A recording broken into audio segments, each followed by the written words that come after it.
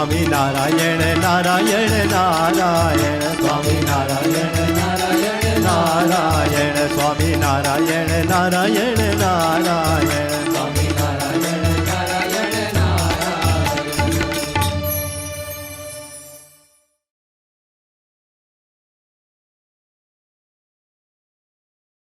भगवान के नाम जाप से हमने इस सत्संग की शुरुआत की। अब हम आज के मुख्य विषय को समझने का प्रयत्न कर रहे हैं। यदि हम ट्रेन के द्वारा सफ़र कर रहे हैं और बीच में कोई व्यक्ति बेहोश हो जाता है, वहाँ पर सभी आसपास के लोग आकर उसकी मदद के लिए प्रयत्न करने लगेंगे और वहाँ पर कोई व्यक्ति आकर खड़ा रहेगा और कहेगा कि हटो मैं देखता हूँ, तब हमें लगेगा कि ये कौन है। पूछेंगे तब वो बताएगा कि मैं डॉक्टर हूँ। सब लोग साइड में हट जाएंगे, उसको मदद करने के लिए आने देंगे। उसी प्रकार से परब्रह्म पुरुषोत्तम भगवान स्वामीनारायण इस पृथ्वी पर प्रकट हुए। उन्होंने अनेक चरित्र किए, लेकिन उनका यथार्थ महात्म्य उनके वचनों के द्वारा ही मिलता है। ते आओ आज के दिन हम भगवान स्वामीनारायण ने स्वयं अपने श्रीमुख से जो महात्म्य की बात की है उसका श्रवण करते हैं पूज्य आदर्श जीवन स्वामी के वक्तव्य के द्वारा। पूज्य आदर्श जीवन स्वामी BAPS स्वामीनारायण संस्थान के मूर्धन्य विद्वान संत है। उन्होंने PhD की पदवी भी प्राप्त की है और परम पूज्य महंत स्वामी महाराज की आज्ञा से परम पूज्य प्रमुख स्वामी महाराज के जीवन चरित्र का लेखन भी उन्होंने किया है। तो ऐसे विद्वान संत के द्वारा हम वक्तव्य का लाभ प्राप्त करते हैं। श्री हरि के श्री मुख से उनके महात्म्य का वर्णन।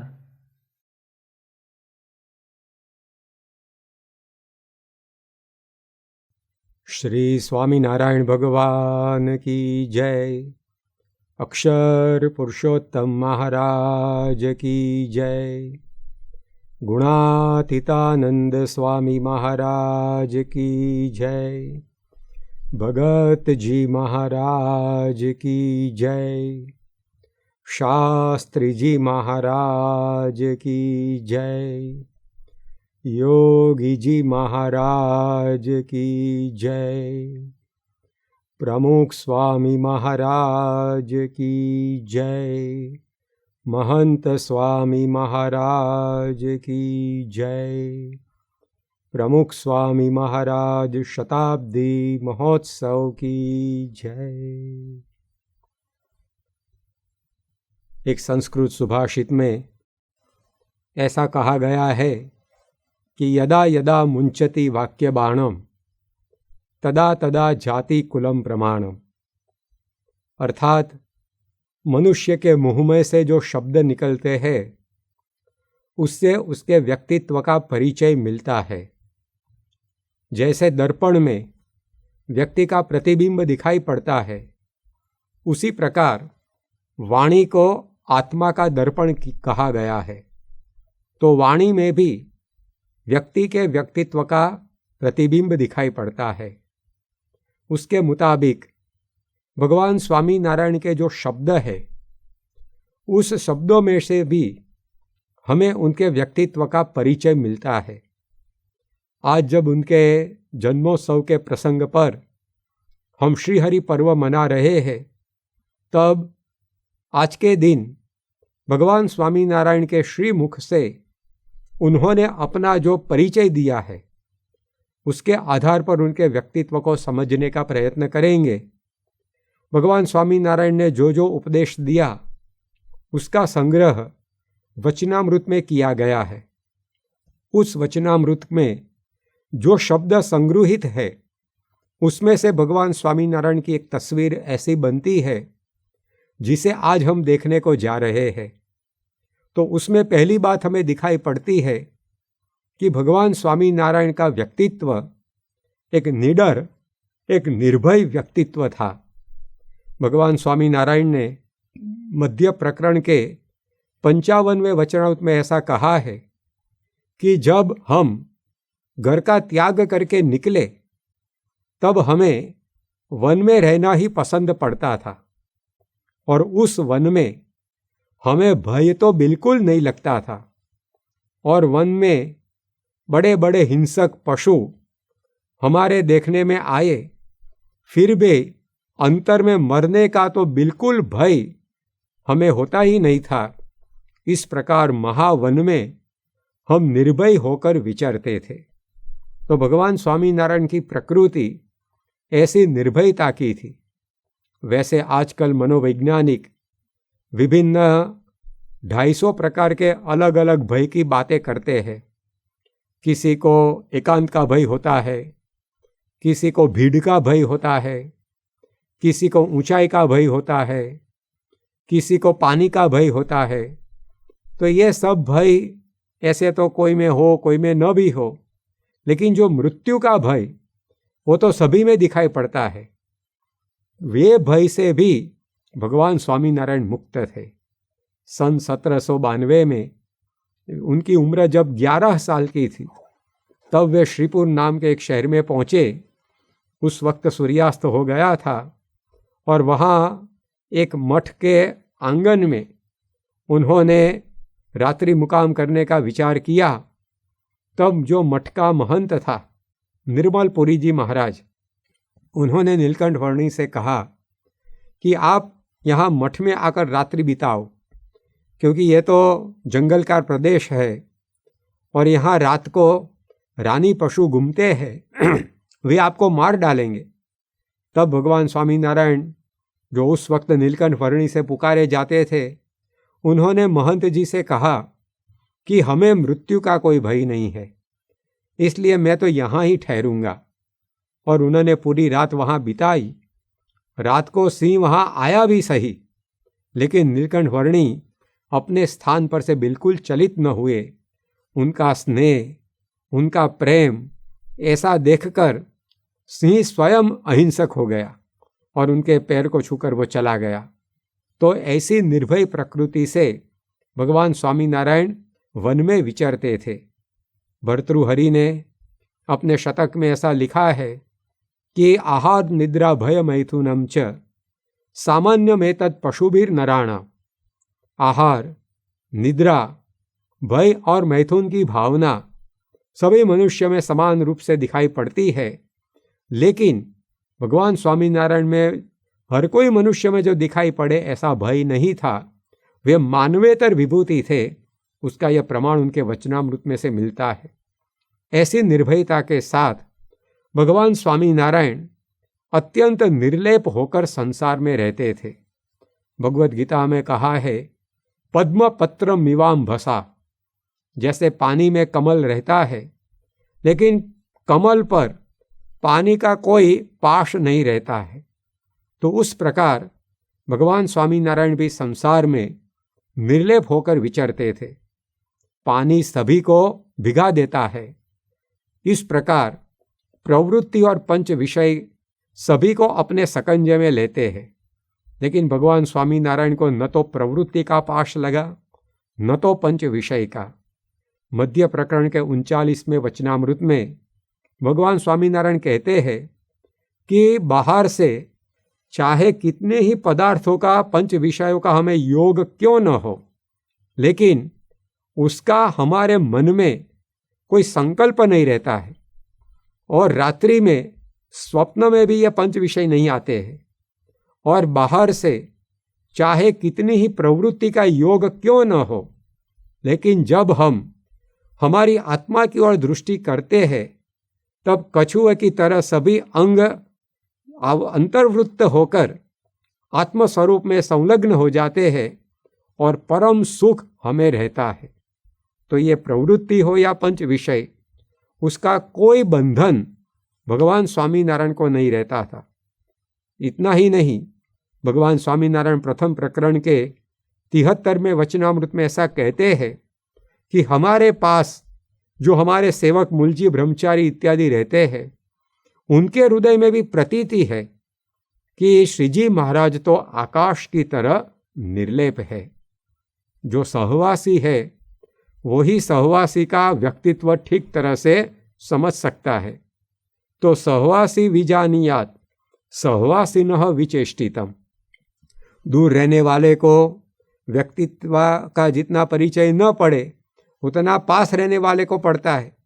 तो भगवान स्वामीनारायण उसकी साक्षी से बात करते हैं कि हमारे पास रहने वाले, काया की साथ छाया की तरह रहने वाले मूलजी, ब्रह्मचारी इत्यादि को भी हृदय में प्रतीति आई है कि ये भगवान स्वामीनारायण आकाश की तरह निर्लेप है। तो निर्भयता के साथ ऐसी निर्लेपता, और वो भी किस कक्षा की निर्लेपता। तो भगवान स्वामीनारायण अंत्य प्रकरण के 39वें वचनामृत में ऐसा कहते हैं कि हमें स्त्री धनादिक पदार्थों का भारी योग है तथा हम अहमदाबाद, बड़ौदा, वरताल, सूरत आदि जगह पर जाते हैं तब वहाँ हजारों लोग इकट्ठे होते हैं और वे हमें मानते हैं, यानी कि पूजते हैं, और बड़े सम्मान से हमारी नगर यात्रा निकालते हैं और वहाँ बहुत ही कीमती वस्त्र वाहन आदि का योग हमें होता है, फिर भी उसमें से किसी का भी हमें बंधन नहीं होता है। और जैसे पूर्व देह की विस्मृति है, उस प्रकार इस देह के पंच विषय की भी हमें विस्मृति रहती है।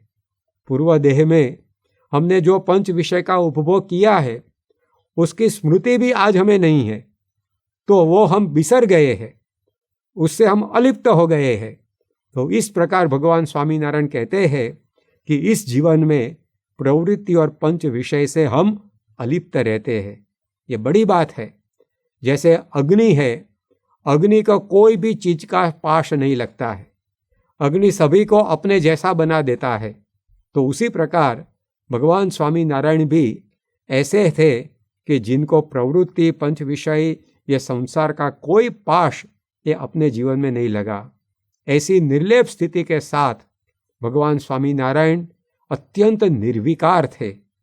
कवि बाण, जो कि संस्कृत साहित्य में बहुत ही ख्यातनाम साहित्यकार हो गए, उन्होंने एक सवाल उठाया है कि किम अस्ति कश्चिद असौ इयति लोके यस्य निर्विकारम यौवनम अतिक्रांतम। इस दुनिया में कोई ऐसा है जिसने निर्विकार यौवन बिताया हो? अर्थात निर्विकारी रहना वो अशक्य जैसी बात है, लेकिन भगवान स्वामीनारायण कहते हैं कि वे ऐसे निर्विकार थे। गटड़ा मध्य प्रकरण के 33वें वचनामृत में उन्होंने बोला है कि जब से हमने जन्म लिया तब से लेकर आज तक, यानी कि ये जब ये वचन बोलते हैं तब उनकी उम्र 43 साल की है। तो विगत 43 साल में जब से जन्म लिया तब से आज तक जागृत अवस्था और स्वप्न अवस्था में हमें धन और स्त्री संबंधी कोई भी मलिन संकल्प नहीं हुआ है, और यदि ऐसा संकल्प हुआ हो तो यह परमहंसों की सौगंध है। इस प्रकार हम हमेशा निर्दोष है। तो ये बात उन्होंने कही है। अपने परमहंसों की सौगंध खाकर वे बताते हैं कि धन और स्त्री का कोई भी मलिन संकल्प जीवन पर्यंत उनके जीवन में उठा नहीं था। तो ऐसी निर्विकार स्थिति उसकी निशानी। वैसे ऐसा निर्विकारपन तो हमें दिखाई नहीं पड़ता है, लेकिन हम कैसे जान सकते हैं? तो जैसे व्यक्ति के दिमाग में जो ज्ञान होता है, वो ज्ञान को हम देख नहीं सकते हैं, लेकिन वह व्यक्ति किसी को ज्ञानी बनाए, उससे हमें पता चलता है कि उसके पास भी ज्ञान होना चाहिए। तो भगवान स्वामीनारायण के संपर्क में जो आए वे ऐसी निर्विकार स्थिति को प्राप्त कर गए थे। तो भगवान स्वामीनारायण उससे निर्विकार थे ऐसा हमें पता चलता है। जैसे वृक्ष का सत्व फल पर से मालूम पड़ता है, भूमि का सत्व फसल पर से मालूम पड़ता है, उसी प्रकार ये निर्विकारी स्थिति आंतरिक है, लेकिन वो औरों को निर्विकार बनाए उससे पता चलता है कि वो भी निर्विकार होने चाहिए। भगवान स्वामीनारायण के एक संत शिष्य थे सद्गुरु ब्रह्मानंद स्वामी। उनके बारे में भगवान स्वामीनारायण ने जैतलपुर के दूसरे वचनामृत में ऐसा कहा है कि विकार का हेतु हो, यानी कि विकार उत्पन्न होने की संभावना हो, ऐसा वातावरण हो, माहौल हो, फिर भी उसमें भी विकार न हो, वो यति कहलाता है। कवि कालिदास ने रघुवंश में लिखा है कि विकार हेतु सति विक्रियन्ते येषां न चेतांसि त एव धीरा। विकार का हेतु होने के बावजूद भी जिसके दिमाग में विकार उत्पन्न न हो वो यति है। और ऐसे यति हनुमान जी थे, लक्ष्मण जी थे। और भगवान स्वामीनारायण कहते हैं कि आज ये ब्रह्मानंद स्वामी वो भी उस कक्षा के यति है। और उसकी खबर सबको सन 1828 में मिली, जब इस साल भगवान स्वामीनारायण जूनागढ़ पधारे थे और जूनागढ़ में उनकी नगर यात्रा निकलने वाली थी। लेकिन उस नगर यात्रा में भंग हो, उस नगर यात्रा में भगवान स्वामीनारायण को परेशानी हो, उसके ऐसा इरादा रखकर जूनागढ़ का एक दीवान था, उसने एक अश्व भगवान स्वामीनारायण के संत ये ब्रह्मानंद स्वामी उनको बैठने के लिए भेजा। वो नस्ल से वाली घोड़ा ऐसा कहा जाता था। तो ये जो अश्व था वो जब कोई भी घोड़ी को देखे तो एकदम उन्मत्त हो जाए, ऐसा प्रकार का उसका वर्तन रहता है। तो ब्रह्मानंद स्वामी उस पर बैठे और नगर यात्रा में ये अश्व मनोन्मत्त हो जाए और ब्रह्मानंद स्वामी को नीचे गिराए और उनका बुरा दिखाई दे, ऐसी मंशा रखकर ये अश्व वो दीवान ने भेजा। लेकिन ब्रह्मानंद स्वामी के स्पर्श मात्र से अश्व निर्विकार ही हो गया। पूरी नगर यात्रा में घोड़ियों के बीच चलने के बावजूद भी उसने किसी भी प्रकार का तूफान नहीं किया।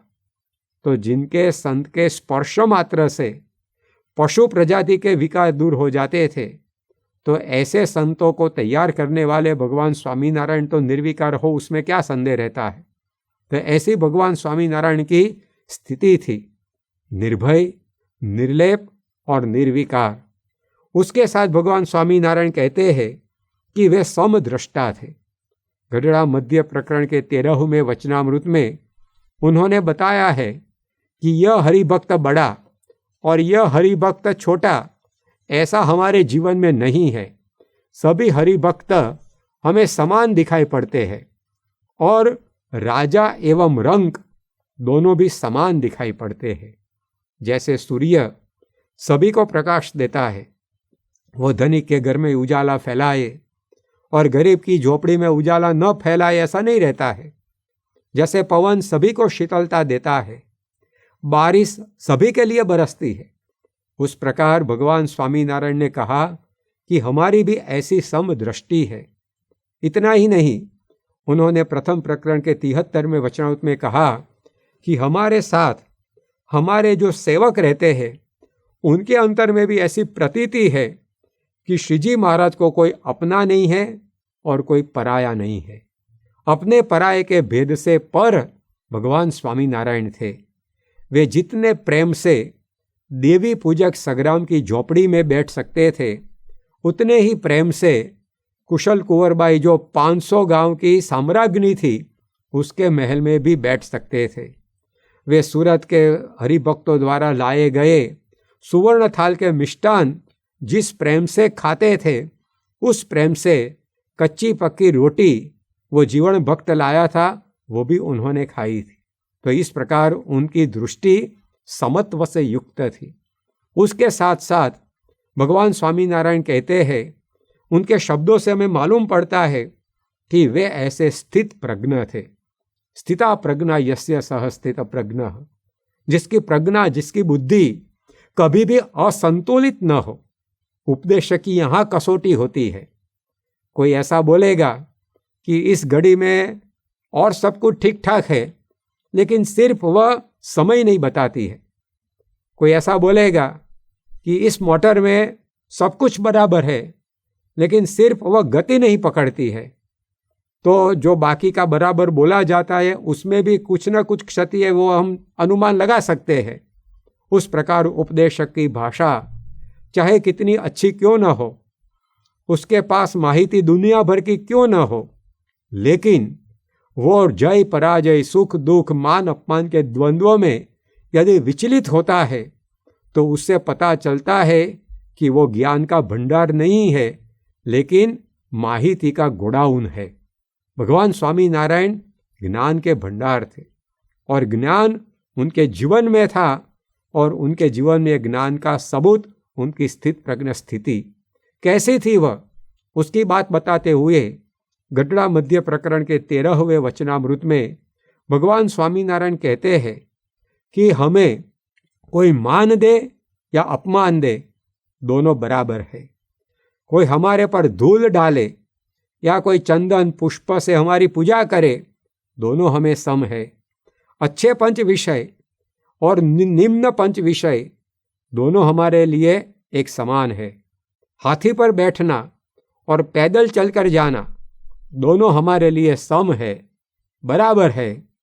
त्रिलोकी का राज्य करना और इस प्रकार से हाथ में भिक्षा लेकर मांग खाना, भिक्षा मांगनी, भीख मांगनी, वो दोनों हमारे लिए समान है। तो ऐसे उनकी स्थित प्रज्ञता थी, किसी भी परिस्थिति में कभी भी वे विचलित नहीं होते थे।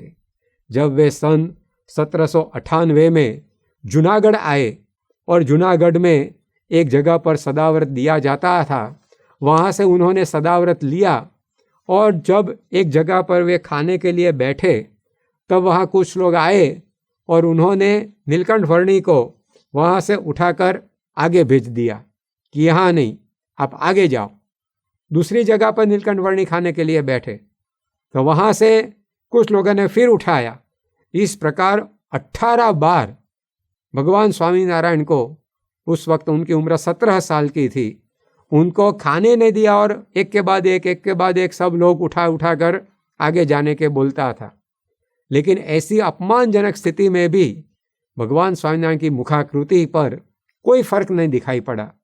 और वही भगवान स्वामीनारायण सन 1825 में बड़ौदा पधारे, तब वहाँ के सरकार गायकवाड़ ने उनको बड़े सम्मान से भव्य शोभा यात्रा निकालकर अपने पुर में उनको ले आए थे। तो ऐसी नगर यात्रा सम्मान के प्रसंग पर भी वैसे ही उनकी मुखाकृति थी जैसी वो अपमान के प्रसंग पर थी।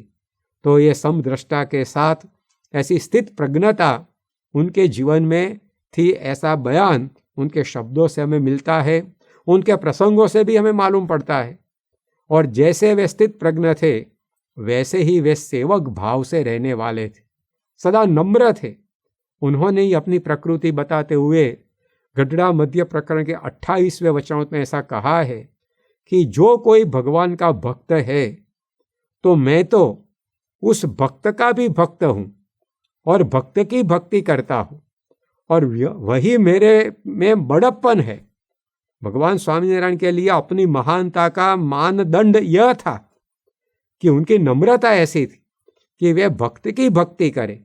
एक बार कच्छ भुज प्रदेश का दमड़का नाम का गांव, उसमें भगवान स्वामीनारायण बैठे थे और हाथ में माला घुमाते थे। उस वक्त रायधन जी नाम के एक हरिभक्त ने स्वामीनारायण भगवान से पूछा कि महाराज, हम तो आपकी माला करते हैं, आपका स्मरण करते हैं, लेकिन आप माला करते करते किसका स्मरण करते हो? तब भगवान स्वामीनारायण ने कहा कि मैं अपने भक्तों की माला घुमाता हूँ। जैसे आप एक माला के प्रत्येक मौक्तिक में स्वामीनारायण बोलते हैं, हम भक्तों का नाम बोलते हैं। तो ये उनके जीवन में नम्रता थी, सेवक भाव था। भगवान स्वामीनारायण ने गड्ढा प्रथम प्रकरण के 10वें वचनामृत में उन्होंने सेवक राम की जो सेवा की थी उसका वर्णन किया है। जब वे वन विचरण में निकले थे, उस वक्त वेंकटाद्रि से सेतुबंध रामेश्वर जा रहे थे, तब बीच रास्ते में यह एक सेवक राम नाम का साधु उनको मिला। वो बीमार था, उसकी चाकरी करने वाला कोई नहीं था। भगवान स्वामीनारायण तो उनसे अपरिचित थे, फिर भी उन्होंने उसको सांत्वन दिया और कहा कि तुम कुछ चिंता मत करो, तुम्हारी सभी सेवा मैं करूँगा। और भगवान स्वामीनारायण ने 2 मास तक उसकी सेवा की। उसको सीवियर डिसेंट्री हो गई थी, तो भगवान स्वामीनारायण उसके कपड़े धोते, जंगल में बिस्तर पलंग कहाँ से लाए, तो केल के पत्ते की पथारी उनके लिए तैयार कर दी। उनकी रसोई भगवान स्वामीनारायण स्वयं पकाते थे, बर्तन मांजते थे, सब कुछ सेवा एक अपरिचित की स्वजन के तुल्य उन्होंने की। तो यह उनके जीवन में सेवक भाव था। मध्य प्रकरण के 28वें वचनामृत में ही भगवान स्वामीनारायण कहते हैं कि भगवान की प्रसन्नता के हेतु मेरा तो यही निश्चय है कि जन्म जन्म लेकर भगवान के भक्त की सेवा करनी है। तो इतना सामर्थ्य होने के बाद भी उनके जीवन में हर हमेश सेवा भावना की अधिकता दिखाई पड़ती थी। तो जैसे वे निर्भय, निर्लेप और निर्विकार थे, वैसे ही वे समदृष्टा, स्थित प्रज्ञ और सेवक भाव से रहने वाले थे। उसके साथ भगवान स्वामीनारायण की प्रकृति अत्यंत दयालु थी। वे भी उनके वचनामृत में से हमें जानने को मिलता है।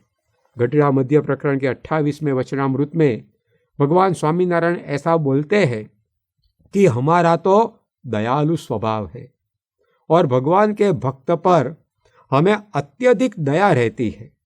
कैसी दया, कितनी दया, उसका बयान करते हुए उन्होंने गढ़ड़ा मध्य प्रकरण के 60वें वचनामृत में ऐसा कहा है कि मैं तो दत्तात्रेय, जड़ भरत, नारद और शुकजी जैसा दयावान हूँ।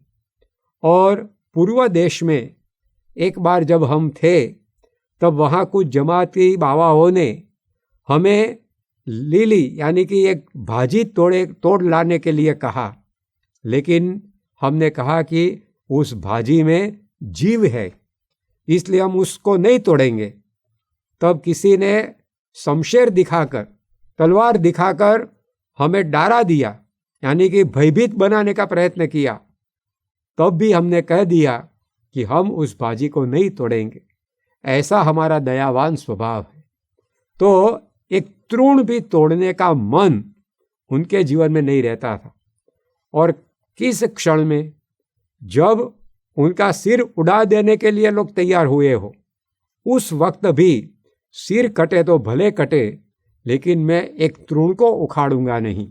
यह भगवान स्वामीनारायण की दयालु प्रकृति थी।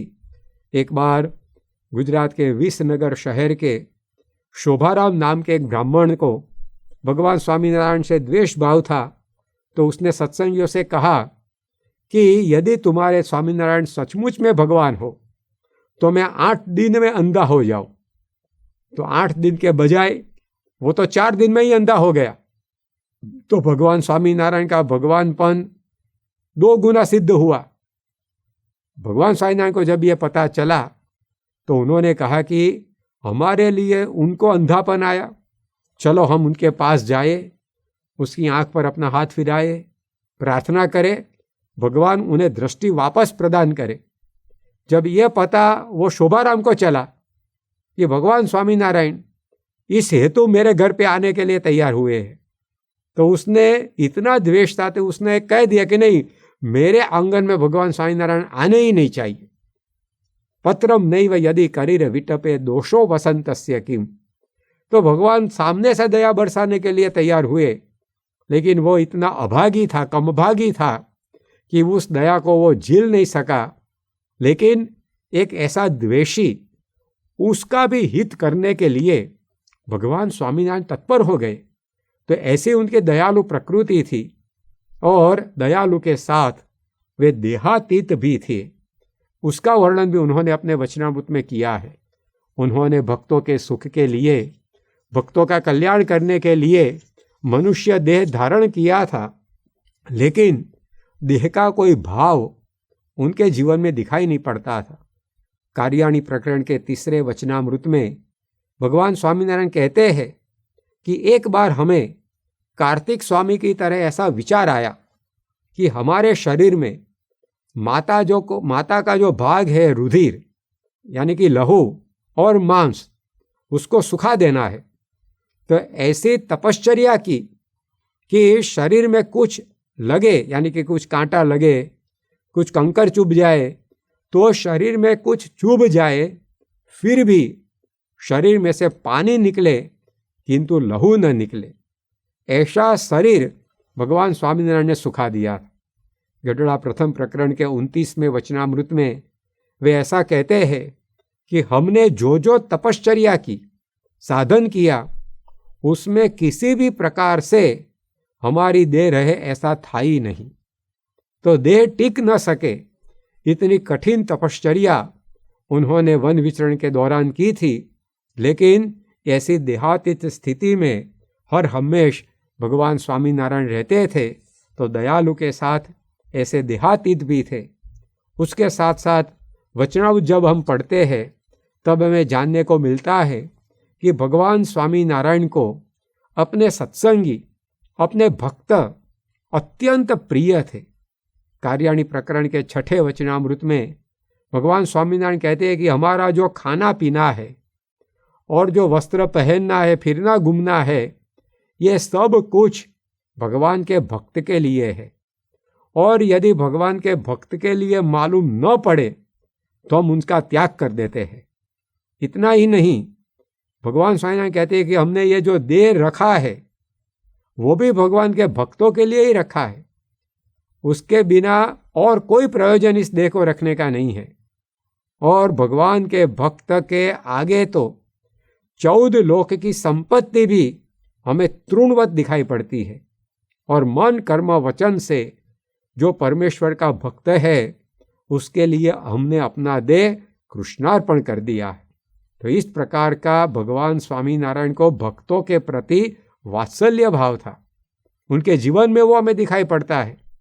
जब उनको रामानंद स्वामी ने संप्रदाय की धर्मधुरा सौंपी तब उन्होंने अपने गुरु के पास 2 वरदान मांगे। तो वरदान में भी भक्त वत्सलता ही दिखाई पड़ती है। उन्होंने पहला वरदान यह मांगा कि यदि मेरे सत्संगी के प्रारब्ध में एक बिच्छू काटने की वेदना लिखी हो तो मुझे रोम रोम में कोटि कोटि बिच्छू काटने की वेदना हो, लेकिन सत्संगी को यह दुख न हो। और दूसरा वरदान मांगा कि यदि मेरे सत्संगी के प्रारब्ध में राम पात्र लेकर भिक्षा मांगने का लिखा हो तो वो प्रारब्ध मुझे आए, लेकिन मेरा भक्त अन्न वस्त्र से कभी दुखी न हो। तो ये भगवान स्वामीनारायण ने जो वरदान मांगे हैं उससे हमें दिखाई पड़ता है कि उनके जीवन में भक्त के अधिक कुछ भी नहीं था। भक्त के लिए तो उन्होंने वन पर्वत और एकांत में रहने की अपनी जो प्रकृति थी वो बदल डाली। जब वे रामानंद स्वामी के दर्शन के लिए लॉज में गए और वहाँ मुक्तानंद स्वामी से प्रथम मुलाकात हुई और मुक्तानंद स्वामी को उन्होंने कहा था कि एक बार आप मुझे रामानंद स्वामी के दर्शन करवा दीजिए, उसके बाद हम वन पर्वत में चले जाएंगे और पूरा जीवन भगवान की भक्ति में व्यतीत करेंगे। तो ऐसा उनका स्वभाव था। बस्ती में रहना उन्हें पसंद ही नहीं था।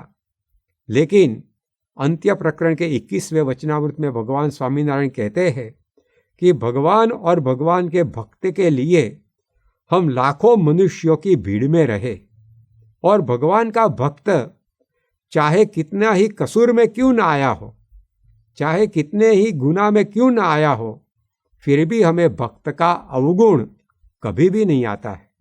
तो ऐसी प्रीति अंत्य प्रकरण के 13वें वचनामृत में भगवान स्वामीनारायण कहते हैं कि भगवान के भक्त के साथ तो हमें ऐसी प्रीति है कि यदि काल कर्म और माया चाहे तो वे भी ये प्रीति को मिटा नहीं सकते हैं। तो ऐसा भक्त वत्सल का एक व्यक्तित्व, ऐसी भक्त वत्सलता भगवान स्वामीनारायण के जीवन में हमें दिखाई पड़ती है। भगवान स्वामीनारायण ने अपने हरि भक्तों की खेत में जाकर मॉल काटने का काम भी किया है। अपने हरि भक्तों को दंडवत, संतों को दंडवत किए हैं। अपने संतों के चरणामृत का पान किया है। तो ऐसी आत्मीयता भगवान स्वामीनारायण को अपने संतों भक्तों के लिए थी। वे उनको अपना जीवन तुल्य मानते थे, इस प्रकार से उनकी देखभाल करते थे। लेकिन ऐसी आत्मीयता के साथ साथ भगवान स्वामीनारायण के जीवन में ऐसी अनासक्ति भी थी।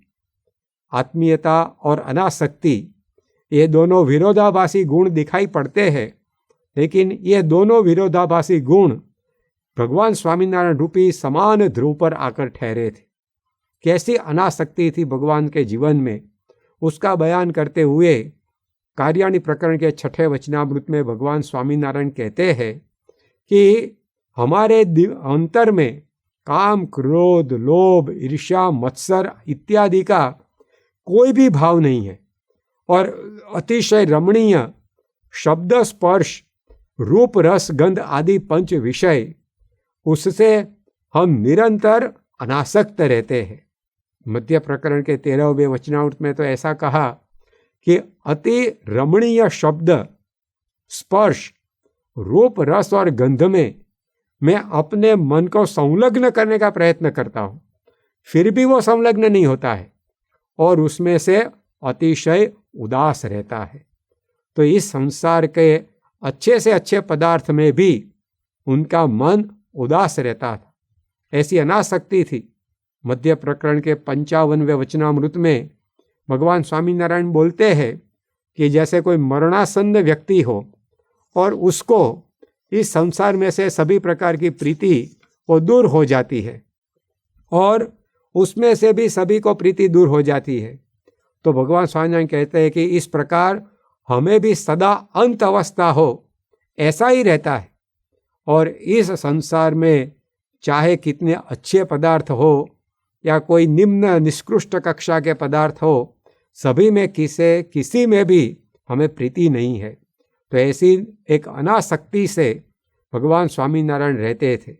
एक बार किसी ने उनको एक रोज़ा घोड़ा भेंट में उपहार के स्वरूप में दिया था और उस पर बैठकर भगवान स्वामीनारायण विचरण में निकले थे।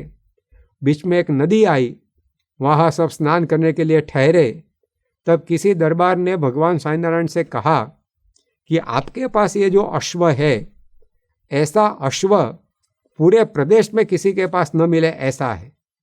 जब भगवान स्वामीनारायण ने यह सुना, उसी वक्त उन्होंने वो अश्व की जो लगाम थी वो एक ब्राह्मण को दे दी और बोल उठे कि यह को कृष्णार्पण। यह सुनकर जो अश्वप्रिय दरबार थे वो एकदम शोक संविग्न हो गए कि इतना अच्छा अश्व भगवान स्वामीनारायण ने ब्राह्मण को भेंट में दे दिया, लेकिन भगवान स्वामीनारायण को उसका कोई उचाट नहीं था। तो ऐसी अनासक्ति, जो कोई भी अच्छा दिखाई पड़े उसका जब वे त्याग करे तब उनको चैन पड़ता था। तो ऐसी आत्मीयता, अनासक्ति के साथ भगवान स्वामीनारायण एक अवतारी पुरुष थे, ऐसा भी उन्होंने अपने श्रीमुख से कहा है। ये उनकी पहचान उन्होंने दी है। प्रथम प्रकरण के 31वें वचनामृत में भगवान स्वामीनारायण कहते हैं कि आज जो हरिभक्त है वे सब ऐसा समझते हैं कि अक्षरातीत जो पुरुषोत्तम भगवान है वो ही हमें साक्षात मिले हैं, और ऐसा समझकर वे सब अपने जीवन में पूर्ण कामपन का अनुभव करते हैं। तो भगवान स्वामीनारायण के समय में लाखों लोग उनको पुरुषोत्तम नारायण समझकर उनकी भक्ति करते थे। भगवान स्वामीनारायण अहमदाबाद प्रकरण के 7वें वचनामृत में ऐसा कहते हैं कि सर्वे ब्रह्मांड, उसकी उत्पत्ति, स्थिति और प्रलय का कर्ता मैं ही हूँ, और असंख्य कोटि जो भूमिकाएं हैं यानी कि स्थान है वो सब भी मेरे तेज से तेजायमान है। और मैं कैसा हूँ तो अपने पांव के अंगूठे से यदि पृथ्वी को डिगाऊं तो असंख्य कोटि ब्रह्मांड की पृथ्वी डिगने लगे, और चंद्रमा, सूर्य, तारा आदि सभी मेरे तेज से तेजायमान है। ऐसा समझकर जो मेरा निश्चय करता है उसका मन भगवान ऐसा जो मैं उसमें स्थिर रहता है और कभी विचलित नहीं होता है। तो यहाँ भी अत्यंत स्पष्टता से भगवान स्वामीनारायण बताते हैं कि वे अवतारी पुरुषोत्तम नारायण थे। उन्होंने अंत्य प्रकरण के 38वें वचनामृत में भी ऐसा कहा है कि सर्वोपरि जो पुरुषोत्तम भगवान वो ही आज दयावश होकर अनंत जीवों के कल्याण हेतु इस पृथ्वी के पर प्रकट हुए हैं और आप सबको नयन गोचर यानी कि दर्शन दे रहे हैं, और तुम्हारे इष्टदेव है और तुम्हारी सेवा को अंगीकार करते हैं। और यह जो प्रत्यक्ष पुरुषोत्तम भगवान और अक्षरधाम में जो भगवान विराजमान है, उन दोनों में कोई भी फर्क नहीं है, दोनों एक ही है। तो ऐसा भी वर्णन उन्होंने अपने श्रीमुख से किया है। अहमदाबाद प्रकरण के 6ठे वचनामृत में भगवान स्वामीनारायण कहते हैं कि इस सत्संग में जो भगवान विराजमान है वो अवतारी है और सभी के अंतर्यामी है, अक्षर ब्रह्म के कारण है और अक्षरधाम में वही तेजायमान और सदा साकार रूप में विराजमान है और अनंत कोटि ब्रह्मांड के राजाधिराज भी वे ही है। तो यहाँ भी स्पष्ट रूप से उन्होंने अपने अवतारी स्वरूप की घोषणा की है। मध्य प्रकरण के 35वें वचनामृत में भी भगवान स्वामीनारायण ने ऐसा बोला है कि तुम सब मुझे भगवान जानते हो, तो हमने जहाँ जहाँ भी उत्सव किए हो और वहाँ परमहंस हरिभक्त आदि को एकत्रित किए हो और कीर्तन हमने गाए हो, औरों के पास गवाए हो, और इस प्रकार से हमने जहाँ कथा वार्ता की हो, जो भी हमारे चरित्र लीला हो, वो सभी मनन करने योग्य है, चिंतन करने योग्य है, और उसका अंत काल में स्मरण होता है तो उस जीव को अक्षरधाम की प्राप्ति होती है। उस प्रकार हमारी ये सभी लीला चरित्र कल्याणकारी है। तो ऐसे कई वचनामृत है जिसमें भगवान स्वामीनारायण ने अपना अवतारी स्वरूप भी उद्घाटित किया है। तो हमने आज उनके वचनामृत के आधार पर कुछ उनकी सद्गुण संपदा को देखी। उससे हमें पता चलता है कि भगवान स्वामीनारायण का एक विराट व्यक्तित्व था, एक विरल व्यक्तित्व था, और उसमें विशेषता तो यह थी कि भगवान स्वामीनारायण में जो भी गुण थे वो स्वाभाविक थे, सहज सिद्ध थे, साधना सिद्ध नहीं थे। उन्होंने ही बताया है मध्य प्रकरण के 13वें वचनामृत में कि मुझे सहज स्वभाव से ऐसा रहता है। उनके जीवन में जो भी गुण थे वो साहजिक थे। जैसे हम श्वासोच्छ्वास लेते हैं, हमें भी पता नहीं चलता है कि हमने श्वास लिया और उच्छ्वास निकाला, कितनी सहजता से ये काम चलता है।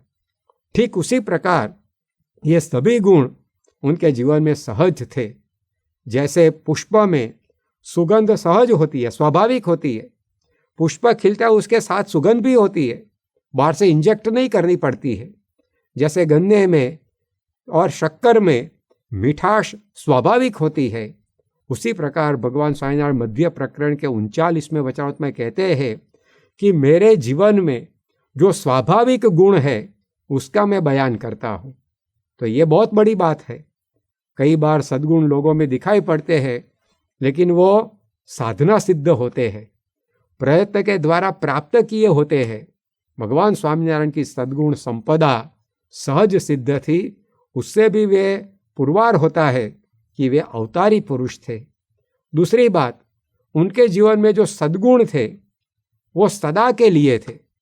कई बार हम देखते हैं कि कोई मनुष्य कुछ काल के लिए सद्गुणी होता है, लेकिन वही दुर्गुणी आगे जाकर बन जाता है, या तो फिर कोई दुर्गुणी होता है तो आगे जाके सद्गुणी भी बनता है। लेकिन भगवान स्वामीनारायण में ऐसा कुछ नहीं था। उनका जीवन में एक साथ सभी गुणों का प्रकाश हमें दिखाई पड़ता था। चांदनी है, वो बढ़ती भी और कम भी होती है, लेकिन सूर्य एक समान रूप से प्रकाशित रहता है। उसी प्रकार भगवान स्वामीनारायण के जीवन में गुणों का सातत्य था। उन्होंने कार्याणी प्रकरण के 10वें वचनामृत में कहा है कि हम जब रामानंद स्वामी के पास आए, उसको आज 21 साल हो गए, और इस 21 साल में अनेक भक्त हमारे लिए अनेक पंच विषय संबंधी पदार्थ लाए हैं, लेकिन हमारा मन किसी में आकृष्ट नहीं हुआ है, क्योंकि हमारे जीवन में त्याग का ही इशक है। तो 21 साल तक उनके जीवन में ये गुणों का सातत्य था। वैसे तो पूरे जीवन में था, लेकिन ये दृष्टांत से हमें पता चलता है। अंत्य प्रकरण के 13वें वचनामृत में भगवान स्वामीनारायण कहते हैं कि जब हम मुक्तानंद स्वामी से मिले, तब हमने उनके साथ बैठकर ऐसा निर्णय किया था कि एक बार रामानंद स्वामी के दर्शन हो जाए, फिर हम वन में चले जाएंगे। लेकिन फिर तो अपने गुरु की आज्ञा और रुचि देखकर भगवान स्वामीनारायण ने धर्मधुरा धारण की और संप्रदाय का प्रचार प्रसार किया। लेकिन भगवान स्वामीनारायण कहते हैं कि उस वक्त, यानी कि संवत 1856 में हमारी जैसी मनस्थिति थी, वैसी आज, यानी कि जब अंत्य प्रकरण का 13वां वचनामृत वो बोलते हैं, तब संवत 1884 की साल है, तो इतना लंबा समय बीता, संवत 1856 से संवत 1884 तक का, फिर भी भगवान स्वामी के मन में कुछ भी प्रकार का फर्क नहीं पड़ा था। ये गुणों का सातत्य था उनके जीवन में, ये उनकी विशेषता थी। उससे भी एक आगे की बात गुणातीतानंद स्वामी ने 5वें प्रकरण की 145वीं बात में बताई कि उन्होंने कहा कि भगवान स्वामी नारायण ने जो वचनामृत में अपने वर्तन की बात की है वो तो मुक्त का वर्तन है, और भगवान तो उनसे भी परे है।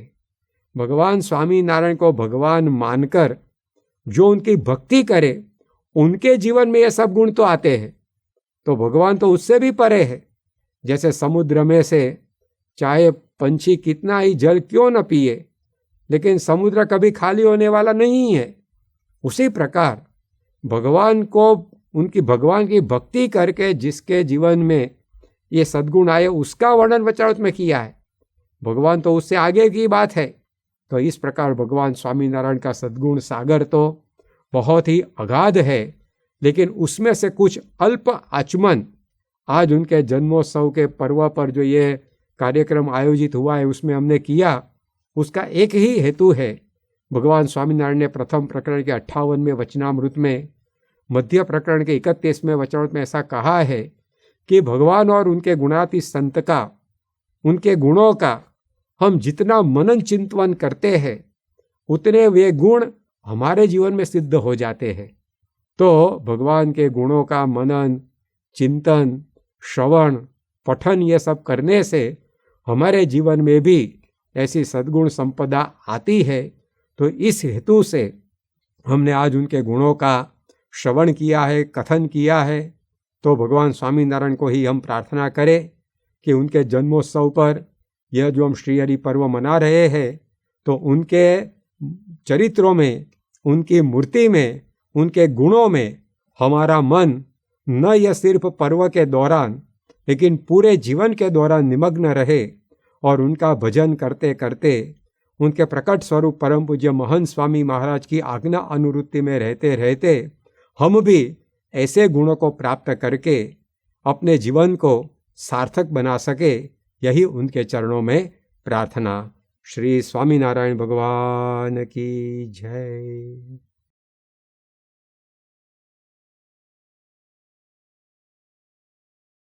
पूज्य आदर्श जीवन स्वामी ने वक्तव्य के द्वारा भगवान स्वामीनारायण का महात्म्य हम सभी को दृढ़ करवाया है, तो हम उनका बहुत बहुत आभार व्यक्त करते हैं।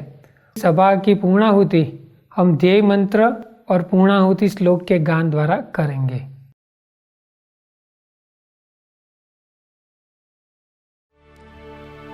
गुणातीतं गुरुं प्राप्य ब्रह्मरूपं निजात्मनः विभाव्य दासभावेन स्वामिनारायणं भजे। श्रीहरिं साक्षरं सर्वदेवेश्वरं भक्तिधर्मात्मजं दिव्यरूपं परं शान्तिदं मुक्तिदं कामदं कारणं स्वामिनारायणं नीलकण्ठं भजे। श्रीहरिं